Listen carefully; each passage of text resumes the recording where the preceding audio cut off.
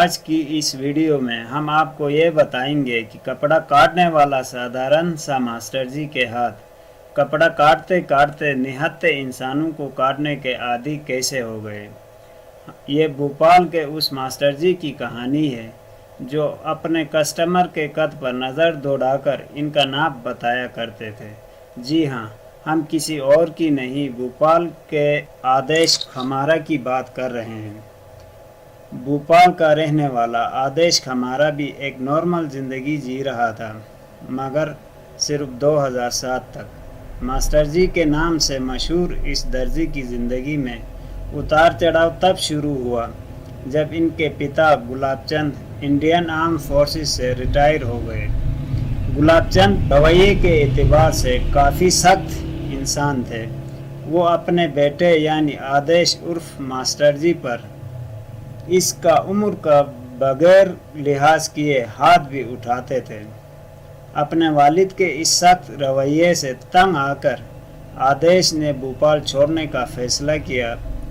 2005 میں آدیش اپنی نئی زندگی کی شروعات کی خاطر اپنے بیوی بچوں کو بھوپال چھوڑ کر مہاراشٹر چلا گیا۔ بدقسمتی سے اس کے ہاتھ اور ناپ کا جادو اس نئے شہر کے باشیوں پر نہ چل سکا۔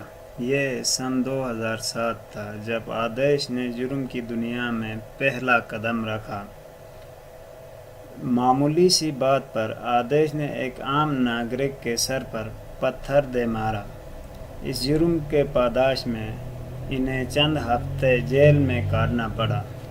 شاید یہ ان کی زندگی کے وہ چند ہفتے تھے جنہوں نے ان کی زندگی کے بقیہ سالوں کے بارے میں طے کرنا تھا۔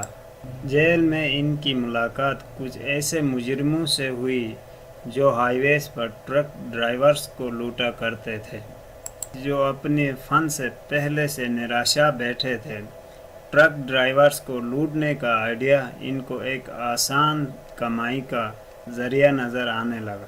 اس آسان کمائی کے لالچ میں وہ اس جرم کے دلدل میں پھنستا گیا۔ جرم کی دنیا میں قدم رکھنے کے بعد آدیش کا جیل آنا جانا رہا، اور اس دوران وہ یہ بھی سیکھتا رہا کہ تھانوں اور عدالتوں میں کیسز کو کیسے ہینڈل کیا جاتا ہے، غلطی کتنی بڑی ہو سکتی ہے، ایویڈنس کا کیا ویلیو ہے۔ یعنی دوسرے الفاظ میں وہ ایک طرح سے ٹریننگ لے رہا تھا۔ آدیش جب بھی پکڑا جاتا تھا، پولیس ان کو ایک معمولی سا مجرم سمجھ کر نظر انداز کرتی تھی۔ دوران آدیش نے اپنے گینگ کے ساتھ مل کر کئی ٹرک ڈرائیورز اور ٹرکوں کو لوٹا۔ آدیش ایک درزی سے ایک شفاف قاتل بن گئے تھے۔ شفاف اس حد تک کہ ڈرائیوروں اور ٹرک کلینروں کو ٹرک کے پہیوں کے تلے رون دیتے۔ سن 2007 میں آدیش نے اپنے گینگ میں کام کرنے کا رسک بھانپتے ہوئے خود کو گینگ سے علیحدہ کر لیا اور الگ سے ایک نئے ساتھی دار کے ساتھ کام کرنا شروع کیا۔ ان کا طریقہ واردات یہ تھا کہ وہ ٹرک ڈرائیورز کو پہلے سلیکٹ کرتے تھے اور ان سے دوستی کر کے انہیں نشہ آور چیزیں کھلاتے تھے اور ان کو یہ لالچ دیتے تھے کہ یہ خالی ٹرک واپس جانے سے بہتر ہے کچھ کما کر چلے جائیں۔ ڈرائیوروں کے اس اضافی کمائی کے لالچ سے ہی وہ فائدہ اٹھاتے تھے اور ان کو راستے میں نشہ آور چیزیں کھلا کر بے ہوشی کے حالت میں مار کر پھینک دیتے تھے اور ان کے ٹرکس کو بیچ دیتے تھے۔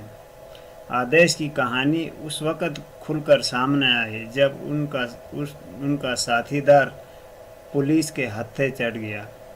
جب ان کے ساتھی دار نے پولیس کو آدیش کی کہانی بتائی تو انہیں ایک ہائی وے کے ڈھابے سے گرفتار کر لیا۔ اس وقت پولیس کو بھی یہ یقین نہیں آ رہا تھا کہ اتنا کانفیڈنس کے ساتھ یہ شخص کیسے اتنے جرم کر سکتا ہے۔